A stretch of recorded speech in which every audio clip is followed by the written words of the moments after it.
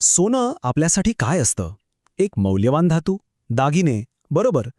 पण विचार करा की हेच सोनं एक शक्तिशाली औषध बनू शकतं. हो, हे खरं आहे.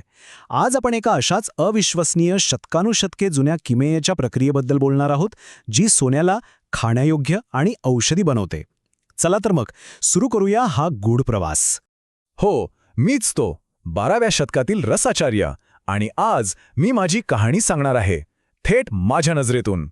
तर माझ्या कामाची सुरुवात होते एका मोठ्या आव्हानानं, सोन्याची कठोरता तोडणं. बघा, निसर्गात जसं सोनं मिळतं ना, ते तसंच वापरता येत नाही. ते खूप जड आणि खरं तर शरीरासाठी विषारी असतं.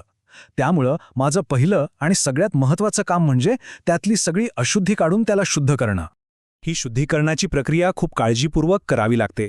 मी काय करतो, सोन्याचे पातळ पत्रे घेतो आणि त्यांना अग्नीत लालबुंद होईपर्यंत तापवतो आणि मग ते तप्त पत्रे उचलून ताबडतोब एका विशेष द्रवात बुडवून थंड करतो. ही क्रिया एकदा दोनदा नाही तर अनेकदा वारंवार करावी लागते. आता मनात प्रश्न आला असेल की हे विशेष द्रव म्हणजे तरी काय? तर मी दोन मुख्य द्रव वापरतो. एक म्हणजे साधं ताक आणि दुसरा म्हणजे कुळीत नावाच्या धान्याचा काढा. या द्रवांमध्ये पुन्हा पुन्हा बुडवल्यामुळे सोन्याची जी नैसर्गिक कठोरता असते ना, ती नाहीशी होते आणि ते ठिसूळ बनतं. एकदा का सोन्याची कठोरता मोडली की मग माझा पुढचा टप्पा सुरू होतो, नॅनो कणांची निर्मिती. आणि ही केवळ एक प्रक्रिया नाहीये, तर एक अतिसूक्ष्म कला आहे, ज्यासाठी प्रचंड संयमाची गरज लागते. आता मी ते शुद्ध केलेलं सोनं घेतो, त्यात पारा आणि पवित्र तुळशीचा रस घालतो आणि मग महिनोन्महिने फक्त आणि फक्त हाताने त्याला घासत राहतो. या कामासाठी लागणारे कष्ट आणि वेळ याची कल्पना करणंही खरंच खूप कठीण आहे.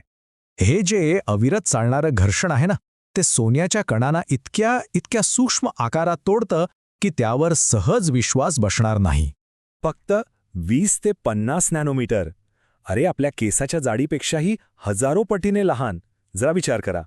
आज जग ज्याला नॅनो टेक्नॉलॉजी म्हणतंय, त्या पातळीवरचं काम आम्ही कित्येक शतकांपूर्वीच करत होतो.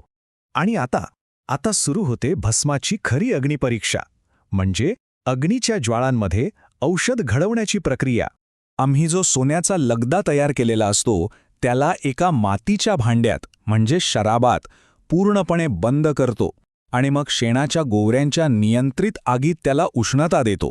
अग्नीच्या ह्या एका संपूर्ण चक्रालाच आम्ही पूट असं म्हणतो.